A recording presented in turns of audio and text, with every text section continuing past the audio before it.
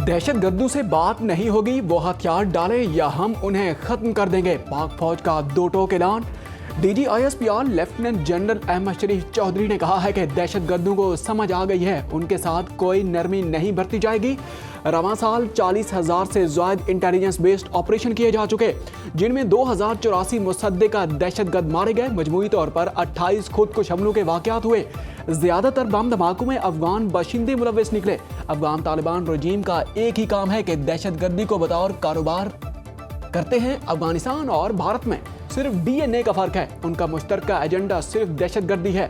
दहशतगर्दों और उनके सहूलतकारों को 100 गुना तकलीफ देंगे कि वो क़यामत तक याद रखें।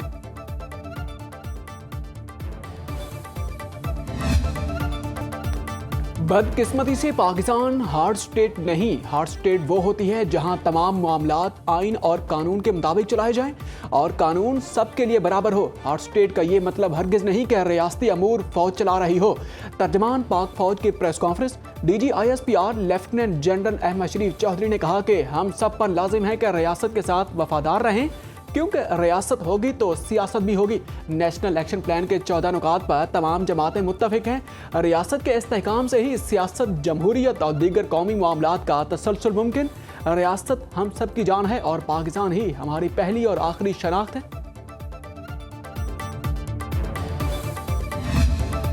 गुड गवर्नेंस के बगैर मुल्क के मामलात हल नहीं हो सकते। गुड गवर्नेंस के लिए कुछ करना पड़ेगा। मुल्क में बेहतर तर्ज हुक्मरानी की ज़रूरत है और हम बरसों से उसकी निशानदही कर रहे हैं।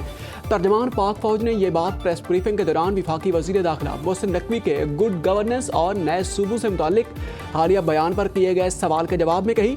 DGISPR lieutenant general Ahmed Sharif Chaudhry ने कहा है कि वज़ीर दाखिला ने इस मामले पर अपनी ज़ाती राय का इजहार किया। ताहम गुड गवर्नेंस पाकिस्तान के लिए एक इंतहाई अहम और संजीदा मौजू। आबादी 4 गुना बढ़ गई और सूबे वही 4 हैं। हमें कुछ सोचना पड़ेगा। मुल्क को दरपेश मुतअद्दिद मसाइल का हल मुअस्सर हुक्मरानी और बेहतर इंतजामी निज़ाम से जुड़ा है। ताहम गुड गवर्नेंस कैसे लानी है, कौन सी इस्लाहात करनी है और किस समत जाना है, ये फैसला सियासी जमातों और सियासतदानों ने करना है। वो मसाइल का हल निकालने की अहलियत रखते हैं और निकाल लेंगे।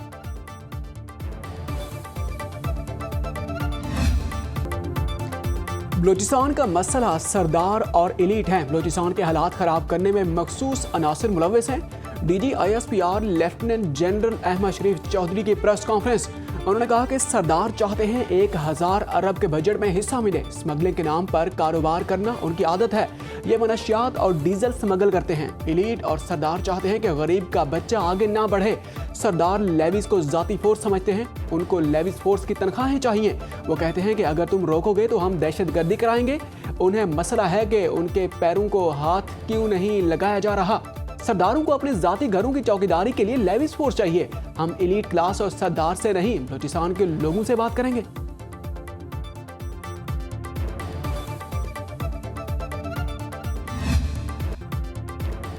कश्मीर पाकिस्तान की शहरग था, है और रहेगा। DGISPR का आमन दुश्मनों को वाज़े पैगाम। उन्होंने कहा कि पाकिस्तान का सबसे लाडला तरीन बच्चा कश्मीर है। वसाइल का सबसे ज़्यादा हिस्सा कश्मीर को मिलता है। कश्मीर तकसीम हिंद का नामुकम्मल एजेंडा। कश्मीरियों ने तय करना है कि उन्होंने पाकिस्तान से मिलना है या भारत से। मुजाहिरीन चाहते हैं कि डंडे के जोर पर अपनी मनवाएं। रियासत ने मुजाहिरीन से कहा कि आप इलेक्शन लड़ें, असेंबली में आ जाएं।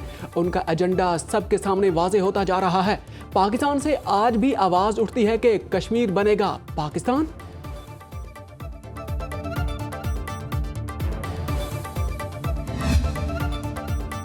शहीदों के बारे में मौलाना ने बात की, वो नाकाबिल फ़हम है। इस बयान से भारत खुश हुआ। DGISPR lieutenant general Ahmed Sharif Chaudhary का कहना था कि आप वो बात कर रहे हैं जिसे हिंदुस्तान अपना बयानिया बनाना चाहता है।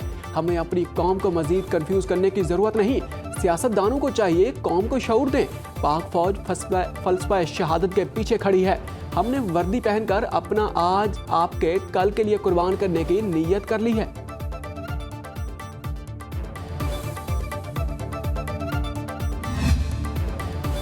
पाकिस्तान और सऊदी अरब का स्ट्रेटेजिक ताल्लुक है। सऊदी अरब खादिमुल हरमैन अल शरीफैन, पाकिस्तान मुहाफिज हरमैन अल शरीफैन है। तर्जमान पाक फौज लेफ्टिनेंट जनरल अहमद शरीफ चौधरी कहते हैं कि पाकिस्तान और मुत्तहिदा अरब अमारात बरादर मुल्क हैं। दुनिया में कोई दो मुल्क ऐसे नहीं होते जिनका हर चीज पर नुक्ते नजर एक हो। प्रोपेगेंडा करने वाले कभी कामयाब नहीं होंगे।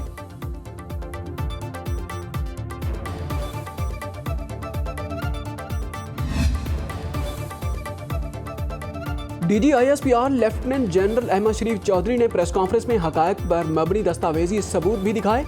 मीडिया ब्रीफिंग के दौरान स्क्रीन पर चलाई गई फुटेजेस में अफगानिस्तान में दहशतगर्दों के ठिकानों के खिलाफ टारगेटेड कार्रवाइयां भी शामिल थीं, जिन्होंने इंसानी हकूक की नाम निहात गैर मुल्की तंजीमों के दावों का पोल खोल दिया।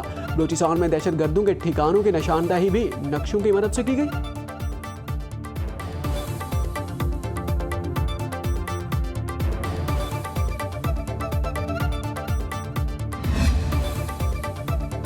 मोहसिन नकवी और DGISPR के बयान में फ़र्क है। वज़ीर दाखिला के बयान का एक सियासी पहलू भी है। तर्जमान पाक फौज ने जो कहा उसकी मुकम्मल तौसीक करता हूँ। वज़ीर दिफा ख्वाजा आसिफ कहते हैं कि पीपल्स पार्टी और हमारे दरमियान दरारें मौजूद हैं। इस वक्त मौजूदा सेटअप के जाने की कोई निशानियाँ नहीं है। मौजूदा हालात में हाइब्रिड निज़ाम की कामयाबी में ही हमारी निजात है।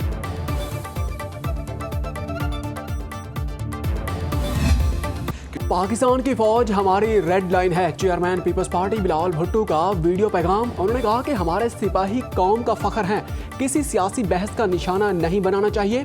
कश्मीर की सरहद पर खड़ा हमारा सिपाही सिर्फ सरहद की हिफाजत नहीं करता, वो अपना घर, माँ बाप और अपने बच्चे छोड़कर अपनी जान खतरे में डालकर पाकिस्तान की हिफाजत करता है। जो अपना आज हमारे कल के लिए कुर्बान कर रहे हैं, उनकी इज्जत हमारी जिम्मेदारी है। हमारे शहीद फौजियों और पुलिस के जवानों की कुर्बानियों को कभी नहीं भुलाया जा सकता।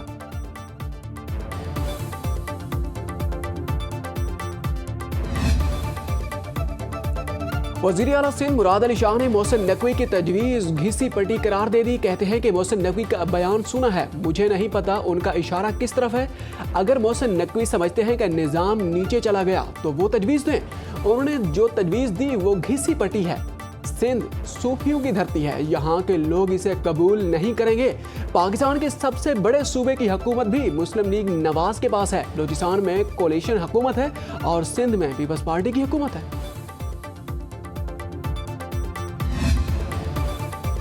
कॉमनवेल्थ गेम्स में अरशद नदीम की मायूस कुन कारकर्दगी। जेवलिन थ्रो फाइनल के 12 एथलीट्स में 9वीं पोजीशन पर आए। 3 में से एक थ्रो ज़ाय की ज़्यादा से ज़्यादा 77.41 मीटर थ्रो कर पाए। श्रीलंका के रमेश थरंगा ने गोल्ड मेडल जीत लिया। 89.75 मीटर की थ्रो करके सोने का तमगा अपने नाम किया। भारत के नीरज चोपड़ा ने चांदी, इंडिया ही के यशवीर सिंह ने कांसी का तमगा हासिल किया। पेट्रोलियम मसनूआत की कीमतों का यौमिया तयन अवाम के लिए इम्तिहान बन गया। ओगरा ने कीमतों में मामूली कमी कर दी। पेट्रोल सिर्फ 12 पैसे, डीजल 66 पैसे फी लीटर सस्ता। पेट्रोल की नई कीमत 336 रुपए 3 पैसे फी लीटर मुकर्रर। डीजल की कीमत 392 रुपए 38 पैसे फी लीटर हो गई। नई कीमतें 3 अगस्त तक बरकरार रहेंगी। नोटिफिकेशन जारी। आलमी मंडी में खाम तेल $1.11 महंगा। बरतानवी बेंचमार्क ब्रेंट क्रूड ऑयल $90 फी बैरल में फरोख्त। WTI का एक बैरल $85 से तजावुज। पाकिस्तान स्टॉक मार्केट में तेजी का रुझान। 100 इंडेक्स में 540 पॉइंट्स का इजाफा। इंडेक्स 1,76,094 पॉइंट्स पर बंद। अमरीकी सदर ने ईरान के खिलाफ नए हमलों की तैयारी का हुक्म दे दिया। कार्रवाइयां रवां हफ्ते शुरू करने का इम्कान। वॉल स्ट्रीट जर्नल ने अमरीकी हुकाम के हवाले से कहा है कि कैंप डेविड में काबीना इजलास के दौरान सदर ट्रंप ने कहा है कि ईरानी इश्तियाल दिला रहे हैं, तेहरान पर भरपूर फौजी हमलों की मनसूबाबंदी कर रहे हैं। अमरीकी मीडिया के मुताबिक अमरीका और इसराइल ईरान की तवानाई तनसीबात पर हमले का मनसूबा बना रहे हैं। चीफ तर्जमान पेंटागन का हमले के इतलाआत पर तबसरा करने से गुरेज। शॉन पार्नेल ने कहा है कि सदर ट्रंप के फैसला करने से कबल ईरान के मुमकिन अहदाफ पर कोई तबसरा नहीं करेंगे। महकमा जंग पूरी तरह मुस्तैद, किसी भी लम्हे सदर की हिदायत पर अमल दरामद के लिए तैयार है।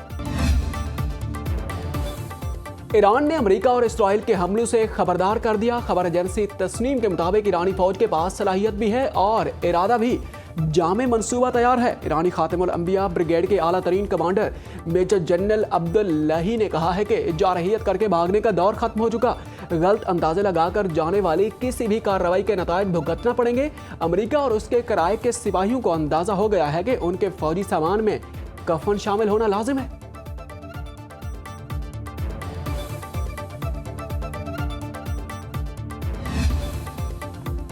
वजीर आजम शहबाज शरीफ से आलमी बैंक के वफ्द की मुलाकात। शहबाज शरीफ ने आलमी बैंक के साथ पाकिस्तान की दरीना शराकत दारी को सराहा। उनका कहना था कि पाकिस्तान के आईनी ढांचा और सूबाई खुदमुख्तारी मुल्क की तरक्की के लिए बुनियादी अहमियत रखते हैं। कंट्री डायरेक्टर बोलोरमा अम्बाग्स ने पाकिस्तान में मालियाती विफाकियत मनसूबे बनाने कर रिपोर्ट पेश कर दी। वजीर आजम ने रिपोर्ट तफसीली जायजा लेने के लिए आला सतह की कमेटी कायम करने की हिदायत जारी कर दी।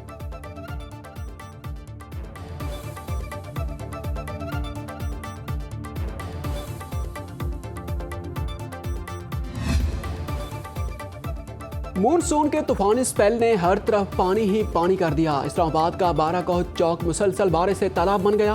पानी लोगों के घरों और दुकानों में दाखिल। मर्री में मूसलाधार बारिश के बाद लैंड स्लाइडिंग का खदशा।